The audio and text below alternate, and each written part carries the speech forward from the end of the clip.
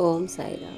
श्री साई सच्चरित्र अध्याय 41 भाग 2 चिंदियों की चोरी और ज्ञानेश्वरी पठन का तीसरा अंश। पोथी पढ़ने की आज्ञा प्राप्त करके देव अति प्रसन्न हुए। उन्होंने सोचा कि मुझे इच्छित वस्तु की प्राप्ति हो गई है और अब मैं आनंद पूर्वक पोथी अर्थात ज्ञानेश्वरी पढ़ सकूंगा। उन्होंने पुनः साष्टांग नमस्कार किया और कहा कि हे प्रभु, मैं आपकी शरण हूँ, आपका अबोध शिशु हूँ, मुझे पाठ में सहायता कीजिए। अब उन्हें चिंदियों का अर्थ स्पष्टतया विदित हो गया था। उन्होंने बालक राम से जो कुछ पूछा था वह चिंदी स्वरूप था। इन विषयों में बाबा को इस प्रकार का कार्य रुचिकर नहीं था, क्योंकि वे स्वयं प्रत्येक शंका का समाधान करने को सदैव तैयार रहते थे। दूसरों से निरर्थक पूछताछ करना वे अच्छा नहीं समझते थे, इसलिए उन्होंने डांटा और क्रोधित हुए। देव ने इन सब शब्दों को बाबा का शुभ आशीर्वाद समझा और वे संतुष्ट होकर घर लौट गए। यह कथा यही समाप्त नहीं होती। अनुमति देने के पश्चात भी बाबा शांत नहीं बैठे तथा 1 वर्ष के पश्चात वे श्री देव के समीप गए और उनसे प्रगति के विषय में पूछताछ की।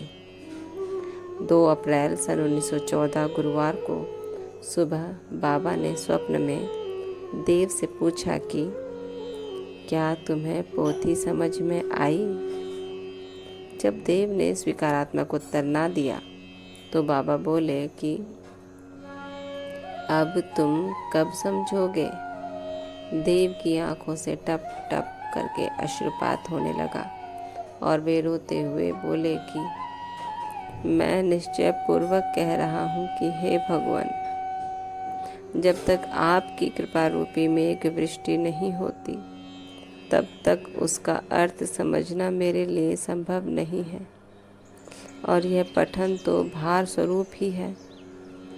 तब वे बोले कि मेरे सामने मुझे पढ़कर सुनाओ। तुम पढ़ने में अधिक शीघ्रता किया करते हो।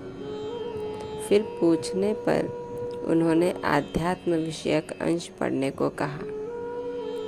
देव पोथी लाने गए और जब उन्होंने नेत्र खोले तो उनकी निद्रा भंग हो गई। अब पाठक स्वयं ही इस बात का अनुमान लगा लें कि देव को इस स्वप्न के पश्चात कितना आनंद प्राप्त हुआ होगा। श्री देव अभी सन 1944 जीवित हैं और मुझे गत 4-5 वर्षों के पूर्व उनसे भेंट करने का सौभाग्य प्राप्त हुआ था। जहाँ तक मुझे पता चला कि वह यही है कि वे अभी भी ज्ञानेश्वरी का पाठ किया करते हैं। उनका ज्ञान अगाध और पूर्ण है।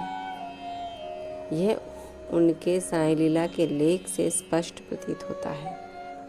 तारीख 19 अक्टूबर सन 1944। ओम साई राम। श्री सद्गुरु साईनाथार्पणमस्तु। शुभम भवतु। इसी के साथ ही अंश और यह अध्याय यही समाप्त होता है। कल अगला अध्याय 42 और 43 का शुभारंभ होगा। तब तक ओम साई राम। बाबा आप सब पर कृपा रखें, आपको आशीर्वाद दें और कष्टों से दूर रखें। ओम साई राम।